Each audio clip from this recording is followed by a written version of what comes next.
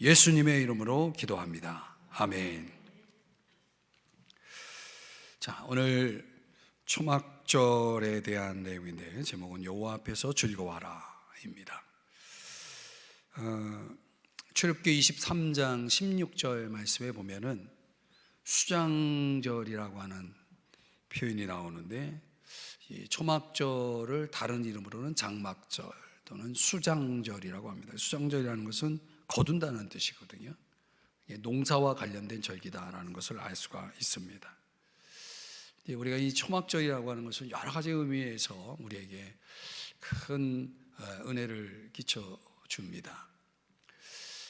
이 초막절과 관련된 배경은 여러분들이 잘 아시다시피 이스라엘 백성들이 광야 생활 속에서 광야를 지날 때 그들이 잠시 머문 곳에 주거 공간으로 사용했던 게 초막입니다. 장막이죠. 그 텐트 안에서 생활을 합니다. 그러니까 이 초막절은 광야와 연결되어 있는 겁니다. 광야 생활을 배경으로 하는 것이고, 또 이스라엘 백성들이 광야라고 하는 장소를 생각할 때 참 우리로 말하면 옛날 보릿고개 뭐 이런 생각을 하면서 그때 참 고생 많았지, 그러나 그때 참 하나님의 은혜가 많았어 하면서 또 이제 과거를 우리가 추억한단 말이죠. 그러니까 이 애굽을 나와서 광야 여정을 지내는 동안 이스라엘 백성들은 기적 같은 삶을 살았단 말이에요. 이거는 방법이 없는 겁니다. 그 많은 사람들이 아무것도 없는 광야에서 생존했다라고 하는 것은, 이거는 인간적으로는 설명할 방법이 없습니다. 그러니까 하나님이 친히 아버지가 되셔서 그들을 먹이시고 입히시고 이끄시고 보호하시고 그 모든 걸 책임져 주시는 그런 생활을 한 겁니다.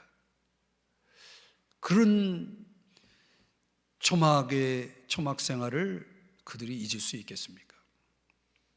하나님은 그들로 하여금, 이스라엘 백성들로 하여금 그들이 광야에서 초막 생활을 했다라고 하는 그 과거를 절대로 잊지 못하게 했습니다. 그래서 초막절을 지키라 했습니다. 근데 이 초막절을 지키는 가운데 오늘 본문에서 크게 세 가지의 차원으로 이 초막절의 교훈을 우리에게 던져주는데, 저는 제목을 여호와 앞에서 즐거워하라 라고 하는 것입니다. 이 초막절의 가장 핵심적인 이 주제라고 한다면 저는 바로 이 제목이라고 봅니다. 여호와 앞에서 즐거워하는 절기다. 첫 번째, 그러니까 초막절은 어떻게 이루어지냐면 성회로 이루어집니다. 그들이 한 장소에 모여야 했다는 거죠. 그리고 아무 노동도 해서는 안 된다.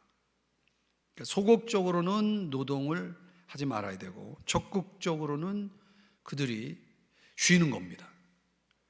아무것도 안 한다라고 하는 것보다는 우리가 적극적인 의미로 표현하는 것이 더 나을 것 같아요. 쉬는 겁니다. 쉬는 게 왜 중요합니까? 여러분들 쉬는 게 좋아요, 안 좋아요? 네. 가만히 있지 못하는 분이 있어요. 계속 뭘 하는 분이 있어요. 그러면 몸이 피곤하겠죠. 왜 하나님은 아무것도 하지 말라고 했을까? 정확하게는 노동을 하지 말라고 그랬어요. 노동이라는 게 뭡니까? 우리의 일이죠. 우리의 일을 멈추라는 거예요. 그것은 쉬기 위해서는 노동을 하지 말아야 되는 거죠. 쉬기 위해서는. 왜 쉬라고 했을까요? 생각하라고. 물론 쉬지, 뭔가 하면서도 생각은 할 수 있겠죠. 그러나 집중하지는 못합니다. 적어도 어떤 생각을 해야 되느냐? 첫째는 과거를 생각해야 되고 둘째는 미래를 생각해야 되는 거예요. 그러니까 우리 그리스도인들은 살면서 이 두 가지를 항상 생각하고 살아야 돼요. 과거를 생각한다는 건 과거에 하나님께서 우리 가운데 행하신 일을 생각하는 겁니다. 미래를 생각한다면 역시 미래 또한 하나님께서 나를 위해, 우리를 위해 행하실 것을 생각하는 겁니다. 시간적으로는 그들은 토지 소산을 마칠 때 9월에서 10월 사이에 이 초막절을 지키게 되는데요. 아까도 말씀드렸지만은 농사를 지어서 이제 수확물을 거두는 그 시기에 초막절을 지켰다는 거예요. 지금 그만큼 우리 안에서 어떤 수확물을 내가 얻는다라고 하는 것은 내가 부자가 된다는 거 아니에요. 그죠? 부유해진다는 거죠. 그때 뭘 생각해야 되냐면 광야의 때를 생각해야 되는 거예요. 광야의 때를 생각하는 겁니다. 그래서 그 광야를 생각하기 위해서 그들이 해야 할 일은 생각하는데 가장 좋은 장소로 와야 되는 거예요. 여러분들이 동의하실지 모르지만 하나님을 생각하는데 가장 좋은 장소가 어디입니까?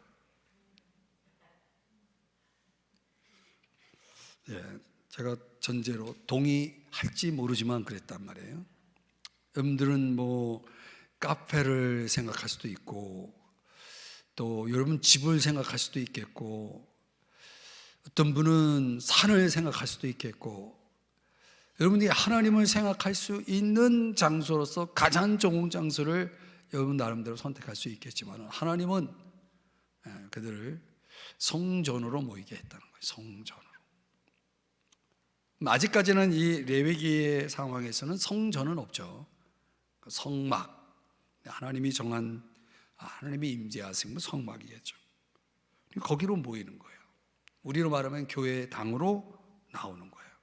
교회당으로 나와서 노동하지 말고 교회당으로 와서 하나님을 깊이 묵상하면서 과거를 돌아보고 또 내일을 생각하는 거예요. 그러면서 과거에 하나님이 어떻게 하셨는가, 내 인생을 책임져 주셨고 또 내 인생 가운데 모든 필요를 채워주셨고 또 그 광야의 척박한 곳에 그 인생의 험난한 광야의 길을 그분이 한 번도 가보지 못한 그 광야길을 그분이 이끌어 주셨다라는 것을 생각하는 겁니다. 생각하는 겁니다. 그 생각이 왜 이렇게 중요하냐? 우리가 무엇을 얻을 때, 즉 수확물을 얻을 때 그들이 아무것도 없었던 광야의 때를 기억함으로 인해서 그들로 하여금 하나님은 어떤 진리를 깨닫게 하기를 원하셨는가? 바로 이겁니다. 내 인생의 주인을 생각하게 하시는 거죠. 내 인생의 주인. 그러니까 아무것도 없을 때 하나님이 우리의 아버지가 되셔서 그 모든 걸 책임져 주셨고 지금 내가 풍성하게 수확을 거두고 있는 이 순간도 이 수확의 주인도 하나님이시라고 하는 사실을 그들이 알아야 했다는 거예요. 여러분의 인생의 주인은 누구신가요? 여러분의 것들은 진정 하나님이 주인 되신다라고 인정하시나요? 우리가 그걸 고백하고 그걸 깨닫고 그걸 또 다시 한번 내 마음 가운데 새길 수 있도록 하나님은 쉬면서 생각할 수 있도록 성회로 모여라. 오늘날로 얘기하면 예배 가운데로 나오라. 이렇게 말씀을 하시는 겁니다. 그러면서 37절을 우리 한번 다 같이 읽어보겠습니다. 37절 시작.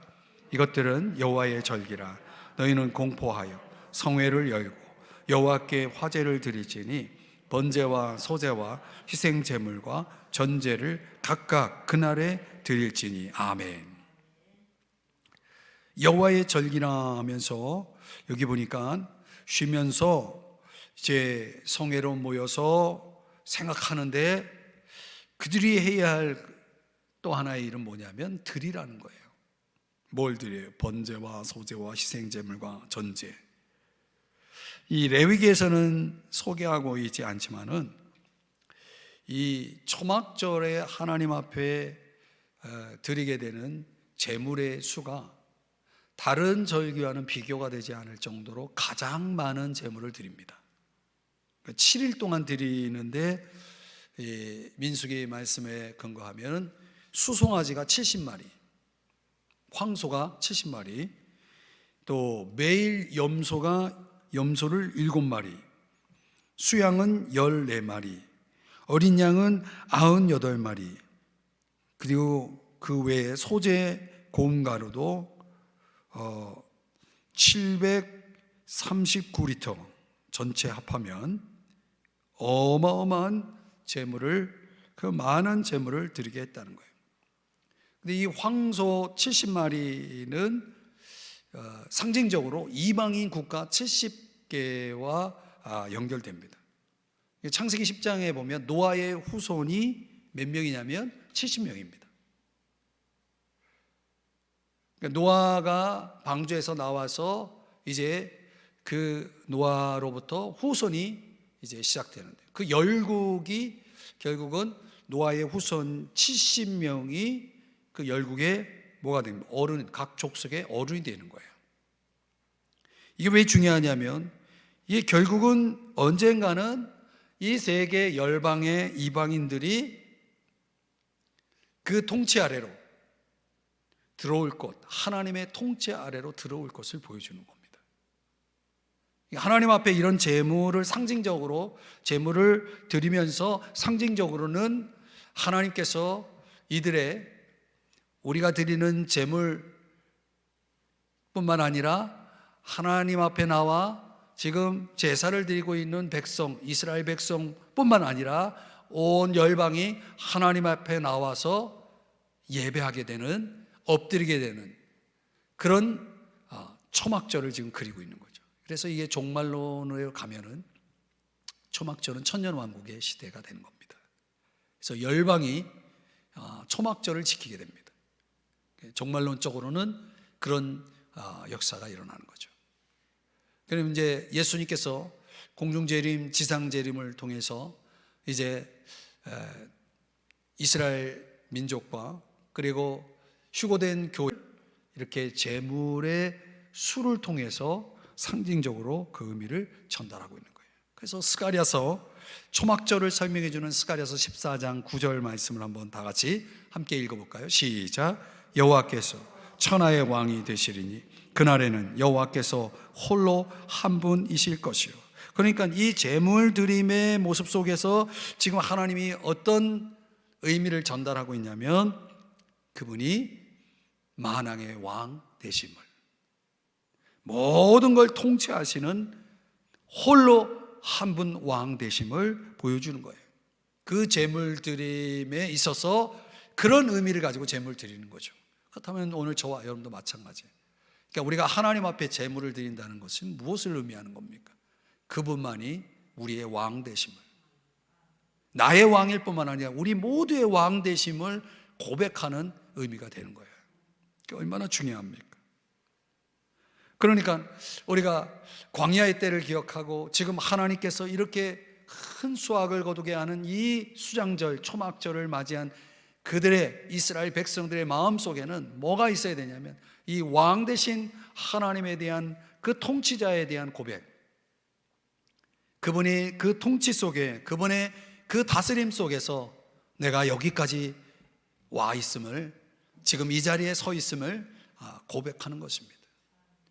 그러니까 우리가 하나님 앞에 나올 때 그런 믿음으로 나오는 거예요. 그런 믿음으로 홀로 하나님, 홀로 한 분, 우리의 왕 되신 그분을 만나기 위해서 여러분들이 나오는 거예요. 아멘. 그러면서 신명기 말씀을 참고하면 이 초막절기에 뭘 하라고 말하냐면 이렇게 말합니다. 신명기 16장의 말씀에 보면은 빈손으로 여호와를 배웁지 말라 그랬어요. 빈손으로 여호와를 배웁지 말라. 그러니까 적어도 우리가 하나님을 뵐 때, 그죠? 이렇게 하나님께서 책임져 주시고 인도해 주시고 함께 하셨다면 당연히 그 하나님을 향해서 우리의 마음속에 뭐가 있어야 되겠어요? 지금 이 농사를 잘 지어서 이렇게 귀한 수확물을 거두게 하신 하나님에 대한 어떤 마음이 있어야 되겠어요? 감사의 마음이 있어야 되겠죠. 아멘. 근데 우리의 삶을 돌아볼 때 하나님 앞에 진정 감사의 마음이 없다면 그건 하나님을 제대로 믿는 사람이라고 볼 수가 없겠죠. 그래서 초막절이 되면은 그 어떤 때보다도 더 많은 감사의 예물을 하나님 앞에 드렸다는 거예요. 그래서 우리가 좀 적용 차원에서 문자적으로 보면 우리로 말하면 추수감사절 시기가 바로 이 이스라엘 백성들의 초막절 시기와 잘 이렇게 맞아 떨어집니다. 그러니까 우리가 일반적으로 이제 절기들을 교회력 안에서 절기들을 지켜나갈 때 그때 한 해 이제 성탄절을 제외하면, 성탄절은 사실은 한 회기의 시작에 처음 맞이하는 절기잖아요. 그러니까 한 해를 마무리하는 마지막 절기는 우리 오늘날 신약교회의 그 교회력으로 따지면은 추수감사절, 그 추수감사절이 마지막 절기예요. 그 마지막 절기를 한 해 동안 하나님 내 인생의 농사를 하나님께서 책임져 주시고 도와주셨으니 얼마나 감사합니까 하면서 하나님 앞에 드리는데, 그러면 추수감사절은 특별한 의미에서 여러분이 빈손으로 나오지 않고 그분 앞에 드리는 거예요. 그래서 내가 한 해 동안 하나님 앞에 드리는 헌금 가운데 가장 큰 헌금을 하나님 앞에 드려야 그게 제대로 된 초막절을 여러분들이 지키고 있는 거예요. 적용하는 거죠. 근데 이런 것들을 우리 부모 세대들이 자녀들에게도 또 가르쳐 줘야 돼요. 자녀들에게. 이제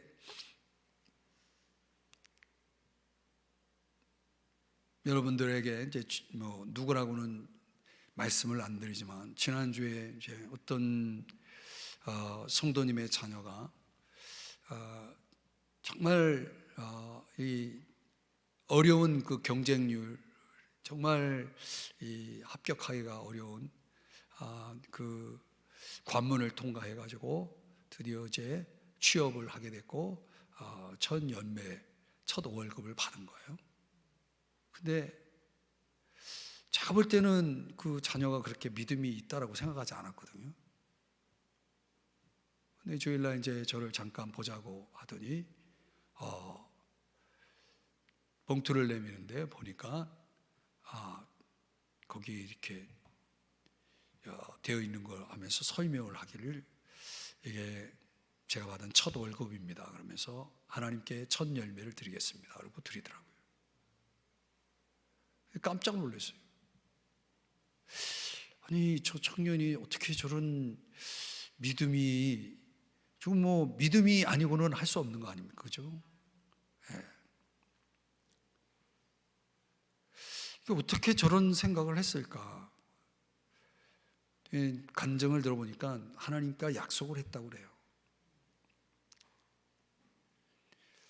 내가 이 회사에 취업하면 이건 하나님이 합격시켜 준 걸로 내가 확실히 믿겠습니다. 그 하나님이 해주신 거니까 내가 열심히 준비해가지고 땀 흘리고 노력해가지고 이룬 결과가 아니고 하나님이 해주셨으니까 이 첫 열매는 하나님 것입니다. 이렇게 마음을 먹었다는 거예요. 그걸 실천에 옮긴 거예요. 너무 마음으로 목회자로서 참 신앙생활을 참 잘 배웠다, 이런 생각을 해요. 저도 첫 열매 신앙을 가지고 있거든요. 하나님 앞에 이제 그런 마음을 가지고 인생을 살면 하나님이 축복을 안 해줄 수가 없어요. 안 해줄 수가 없어요. 옛날 과거에 뭐 요즘 그런 문화가 없지만 자식들이 첫 월급 탁 타면 그거 가지고 누구한테 달려옵니까? 엄마한테 달려와가지고 내복, 빨간 내복 사고, 그래서 엄마한테 이건 첫 월급이라고 내놓지 않습니까? 그러면 엄마가 막 눈물 쭉 흘리면서 너무 감격하면서 우리 자식 최고다 말이지 하면서 얼마나 기뻐하십니까? 예? 저도 신문 돌려서 받은 첫 월급, 첫 열매, 하나님이 그때는 하나님을 안 믿었으니까 엄마한테 갖다 주니까 엄마가 되게 좋아하더라고요. 신문 돌리면서 몇만 원 안 되는 거지만 그런 거거든요. 하나님도 기뻐하시는 거죠. 액수가 중요한 게 아니고 또 하나님이 뭐가 부족해가지고 그런 거 가지고 기뻐하시겠습니까? 그 마음을 보니까, 그 믿음을 보니까, 그 신앙을 보니까 된 거예요. 그게 내 인생의 그 주권자, 통치자, 왕, 그분에 대한 확실한 그 어떤 고백, 믿음, 이런 것들이 이렇게 어려서 배울 수 있다면 평생 가는 거거든요. 그게 참 중요합니다. 그래서 유대인들을, 이스라엘 백성들은 어려서부터 이걸 배우게 하는 거예요. 하나님 앞에 그 초막절이 되었을 때 그들이 하나님 앞에 빈손 나오지 않고 하나님 앞에 반드시 드리게 하는 것을 배우게 하는 거예요. 부모가 그것을 가르치고 본을 보여주는 거예요. 그렇게 하는 것을 자녀들이 따라가는 거예요. 38절 다 같이 읽어보면요, 시작. 이는 여호와의 안식일 외에 너희의 헌물 외에 너희의 모든 서원제물 외에 또 너희의 모든 자원제물 외에 너희가 여호와께 드리는 것이니라. 여기 중요한 단어가 서원제물. 서원이라는 것은 미래의 어떤 것들을 계획하면서 하나님의 도움을 구하는 거 아니겠어요? 앞으로 하나님이 이렇게 해 주실 것을 믿고 서원제물을 드린단 말이에요. 근데 이건 확실히 제가 경험하고 있는 거예요. 확실히 제가 경험하고 있는 거예요. 그 서원제물을 하나님이 정말 기뻐하신다는 걸 제가 ING로 경험하고 있거든요. 자원제물이라는 건 이미 주신 거에 대한 감사, 서원제물이라는 것은 주실 것이라고 믿고 드리는 감사. 그러니까 두 가지 형태로 이 초막절에는 이런 제물들이 기본적으로 드려지는 거 외에 이런 것들이 막 드려지는 거예요. 그러니 얼마나 초막절이 하나님 앞에 풍성하게 드려졌는지를 알 수가 있습니다. 지금 이런 일들이 어떤 가운데서 이루어지는 거냐면 쉼과 성회 속에서 이런 일들이 이루어지는 거예요. 그 쉼과 성회라고 하는 그 밑바탕에 깔려있는 기본적인 신앙 고백은 뭐냐면 모든 것은 유일하신 오직 홀로 한 분이신 하나님, 나의 왕 되신 그 하나님의 통치 아래서 나에게 주어졌음을, 나를 책임져 주셨음을 고백하는 그런 차원에서의 안식, 그런 차원에서의 성회, 그런 차원에서의 예배, 그런 차원에서의 헌신이 되는 거죠. 그런 걸 지금 오늘 본문에서 가르쳐 주는 겁니다.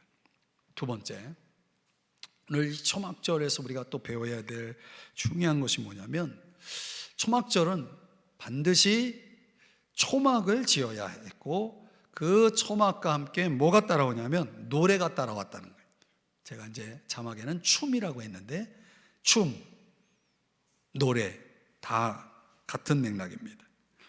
그러니까 기존에 본인들이 거주하고 있었던 곳에서 나와서 적어도 8일 동안은 임시 거처로 초막을 지어서 생활을 하게 하는데 그건 왜 그렇게 하느냐? 광야 생활을 생각하게 하는 거죠. 광야 생활을 다시 경험하는 거죠. 이 가나안 땅에 이제 들어가게 되면 그들은 광야를 잊어버릴 수가 있는 거죠. 그 광야를 절대 잊어버리면 안 되기 때문에 초막이라는 것을 어떤 시각적으로 그런 시설을 만들어서 거기서 생활을 하면서 그 광야 생활을 기억하게 하는 것입니다. 42절에 보면 너희는 7일 동안 초막에 거주하되 이스라엘에서 난 자는 다 초막에 거주할지니. 다 거해야 되는 거예요. 훗날 그들이 이제 정해진 주거 공간에서 생활할 때에는 아파트의 경우에는 베란다, 아파트에 사시는 분들 초막절에 베란다에다가 초막을 짓고 실제 한번 해보시면 어떨까요? 어떻든 이 구조적으로는 면이 4면인데, 그죠? 텐트를 칠 때 면이 4면인데 3면은 막고 한 면은 반드시 커튼으로 처리를 해서 열어놓는다는 거예요. 커튼은 열어놓는 겁니다. 왜 열어놓느냐? 누구라도 들어올 수 있도록 환영한다는 거예요.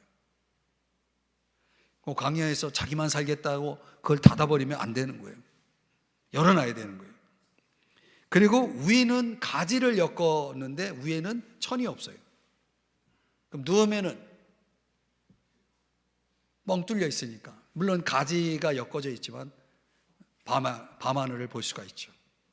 별을 보고 하늘을 보는 거, 하늘의 별을 보면서 그런 식으로 이제 초막을 짓고 7일 동안 생활을 하는 거예요. 느헤미야 8장 16절의 말씀에 의하면 그런 내용이에요. 나뭇가지를 가져다가 지붕 위에 또는 뜰 안에 하나님의 전뜰, 어떻게 보면 집 구조상 이런 초막을 지을 수 있는 공간이 없다 그러면 성전 뜰에 와가지고 거기서 초막을 짓고, 아니면 숨은 광장 같은 데서 그 초막을 짓고 거기서 생활을 하게 하는 겁니다. 회당 성전이 없는 그런 때에 그들이 회당 생활을 할 때는 회당에 가서 그 초막을 짓고 생활을 하는 형태였다는 거죠. 우리가 이 초막하면 생각나는 그 장면이 하나 있죠. 예수님이 변화산에 올라갔을 때 베드로가 뭐라고 말합니까? 초막셋을 짓고 우리가 여기서 살자 그러잖아요. 그 초막은 베드로가 왜 그 초막이라는 단어를 썼습니까? 이게 초막절이에요. 초막절. 그러니까 이스라엘 백성들에게 있어 절기의 마지막은 초막이에요. 초막절이에요.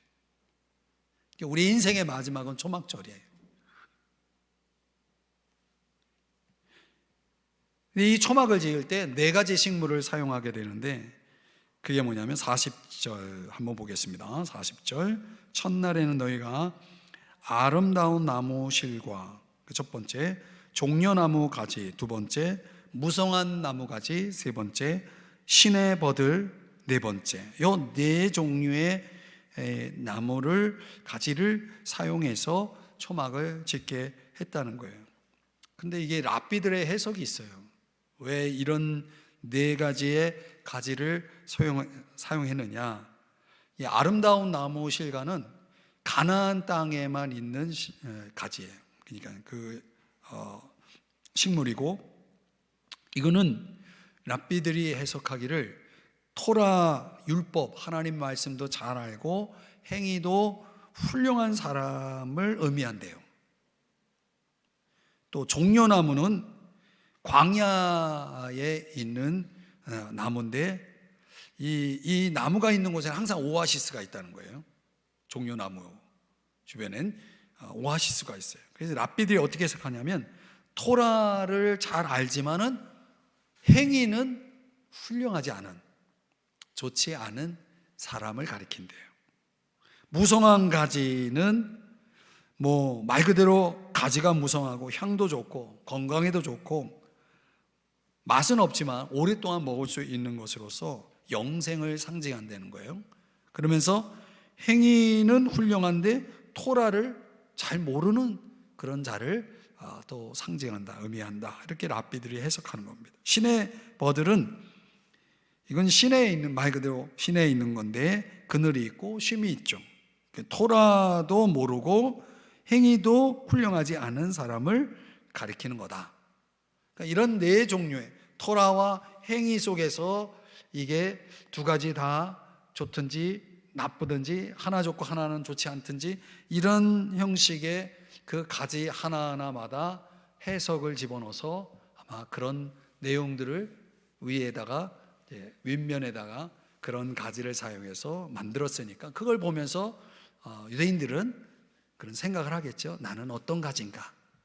터라도 잘 알고 행위도 훌륭한가? 아니면 둘 다 빵점인가? 그런 걸 보면서 그들이 초막 생활을 하면서 7일 동안 자기를 성찰하고 돌아보게 했다는 거예요. 그러면서 여기서 아주 중요한 내용은 뭐냐면 40절의 끝부분에 여호와 앞에서 이레 동안 뭐하라? 즐거워한다는 거예요. 초막절은 무조건 즐거워야 되는 거예요. 초막 생활이지만 즐거워야 되는 거예요. 현재적인 차원에서는 초막 생활은 아니잖아요. 그러나 그 초막 생활을 생각하면서 지금을 생각할 때 어찌 기뻐하지 않을 수 있습니까? 그렇죠? 하나님 앞에 나와 예배할 때에 그들에게는 초막절은 일종의 축제죠. 축제. 예배 가운데 노래가 있고 춤이 있는 거예요. 기쁨이 있는 거예요. 그러니까 하나님은 초막절이라고 하는 이 절기를 통해서 뭘 회복하게 하는 거예요? 감사를 회복하고 노래를 회복하게 하는 거예요. 삶의 노래를, 인생의 노래를. 그러니까 내가 아무리 고난 속에 있고 광야 속에 있을지라도 하나님은 나를 책임져 주시고 나와 함께 하시고 나를 인도하시고 마침내 그 초막절에 하나님이 주신 노래, 그 기쁨의 노래를 가지고 하나님 앞에서 춤출 날이 올 것을 그들은 생각하면서 초막절은 그들의 인생 속에서 마지막 하나님 앞에서 춤추며 노래할 것을 기약하는, 그런 걸 소망하는 그런 절기로 하나님께서 디자인을 하신 겁니다. 그러니까 여러분, 우리가 하나님 앞에 설 때 그 마지막 순간 하나님이 임재하시는, 재림하시는 그 순간 저와 여러분이 여호와 앞에서 노래하며 즐거워하는 주인공들 되시기를 주의 이름으로 축복합니다. 그렇게 우리의 신앙이 가야 되는 거예요. 마지막 세 번째는 성취와 적용입니다. 분명히 초막절 절기는 예루살렘을 둘러싸고 이루어지는데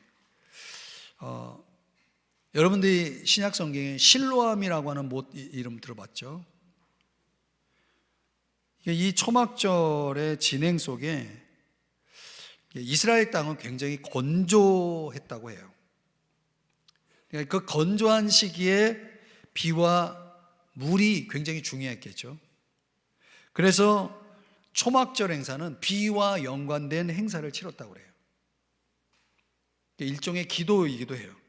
그래서 물을 얻기 위해서 어디로 갔냐면 실로암 못으로 갔다는 거예요. 실로암 못에서 이제 거기에서 흐르는 물이 있는데 여러분들이 그 사네립의 공격을 받았을 때 히스기야 왕이 터널을 만들어요. 물샘, 물이 흐를 수 있는, 물을 가져올 수 있는, 그리고 그 사네립과 그의 군대들이 물을 얻지 못하게 하는 그런 방식을 가지고 이제 전쟁을 치르죠.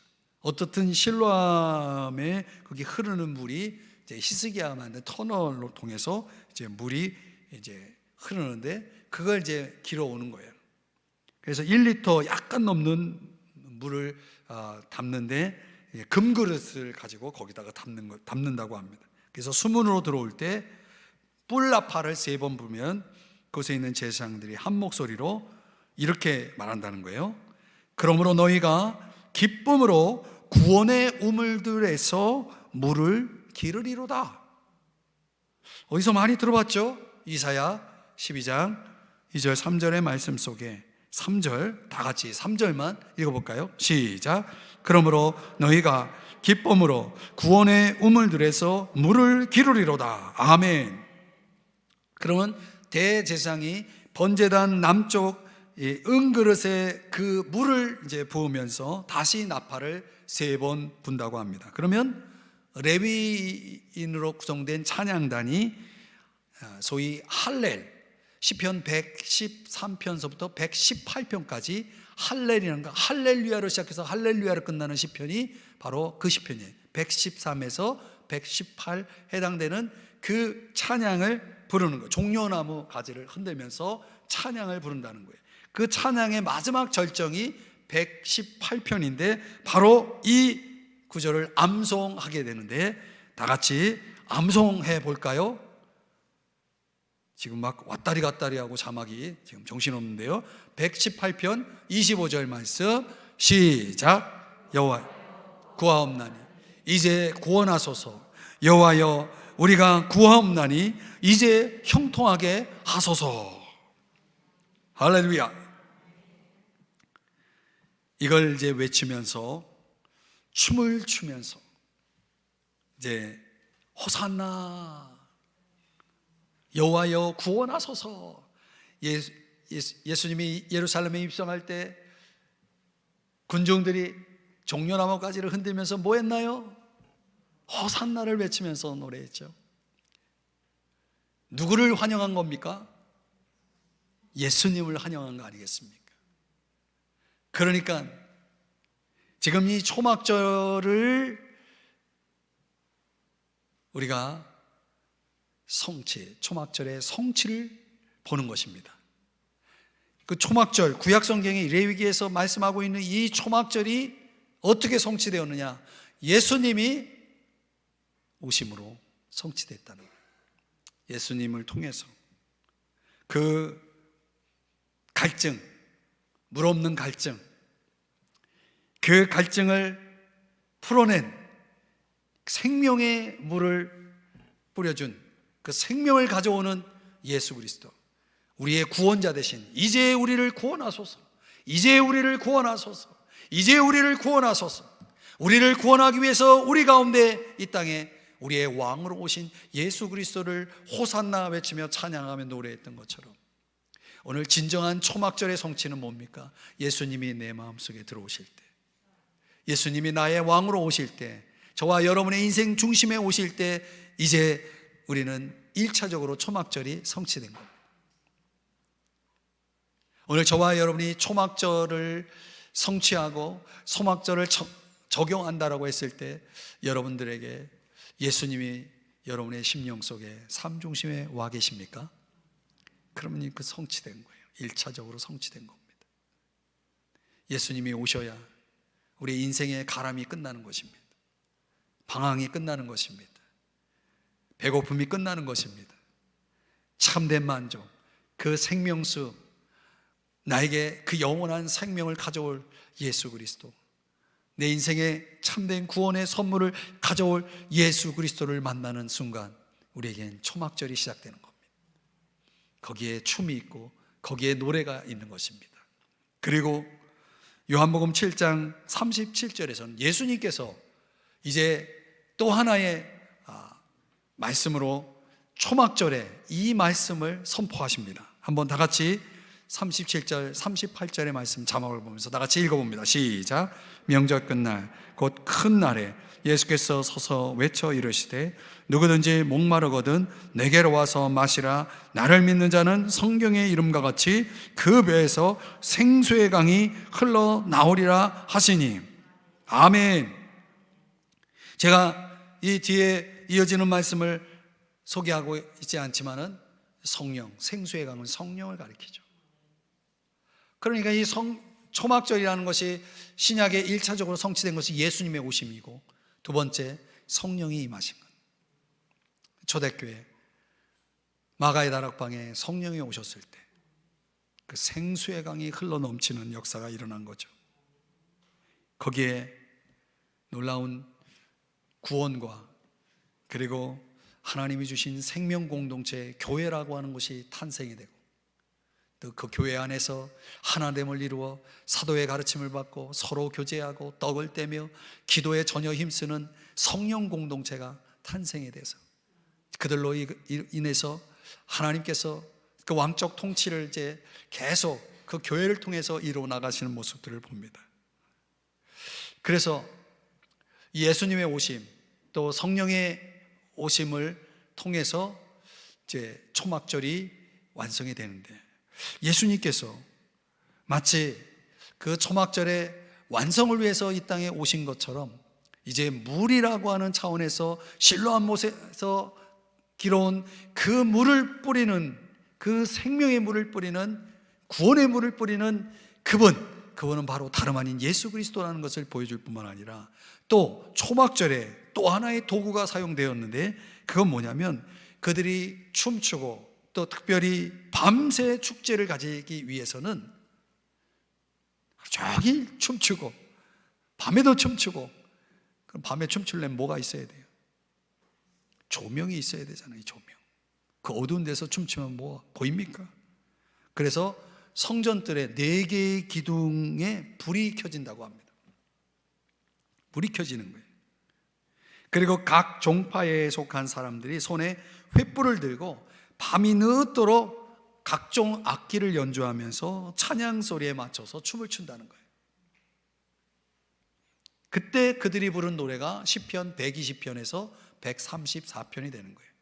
어디서 많이 들어봤죠? 상승의 노래, 성전에 올라가는 노래를 부르게 됩니다. 근데 그 빛이 성전과 예루살렘을 가득 채워서 밝게 했지만, 그러나 그 빛은 성전에 세워진, 주변에 세워진 4개의 기둥에서 비추어진 그 빛은 아무도 그 백성들을 거룩하게, 도덕적으로, 영적으로 만들지 못했다는 거예요. 그래서 예수님 당시 예수님이 그 초막절에 그 성전에서 비추어진 빛들이 그들의 인생을 직접 바꾸지 못하고 변화시키지 못하고 여전히 어둠 속에 헤매고 있는 그들을 향해서 예수님이 선포하신 복음의 말씀이 있다는 사실 아십니까? 그게 바로 요한복음 8장 12절의 말씀이에요. 우리가 지금 7장 조금 전에 생수의 강을 살펴봤고, 이제 8장으로 이어지지. 이게 다 초막절에서 이루어진 사건이거든요. 자, 8장 12절 다 같이 읽습니다. 시작. 예수께서 또 말씀하여 이르시되 나는 세상의 빛이니 나를 따르는 자는 어둠에 다니지 아니하고 생명의 빛을 얻으리라. 할렐루야. 요한복음 9장 5절도 다 같이 읽습니다. 시작. 내가 세상에 있는 동안에는 세상의 빛이로다. 아멘. 그렇습니다, 여러분. 여러분, 실로암 못에 가서 씻으라고 했을 때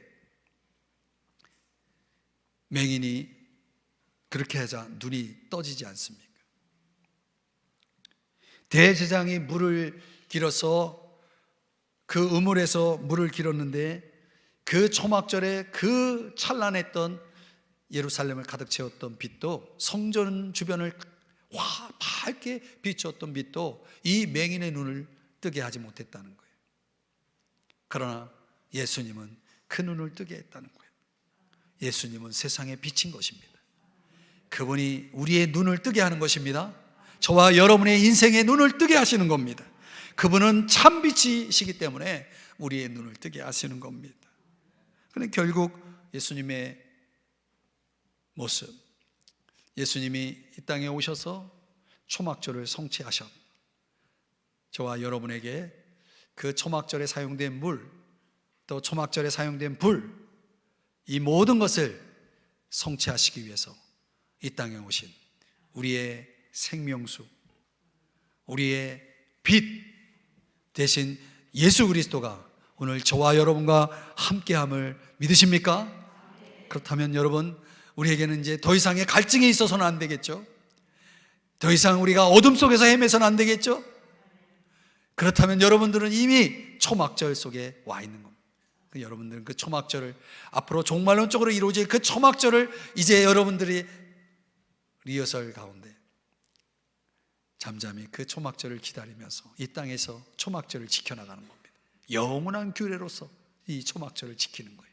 그분의 빛 가운데서, 그분이 주시는 물을 마시면서, 누구든지 목마르거든 내게로 와서 마시라. 할렐루야.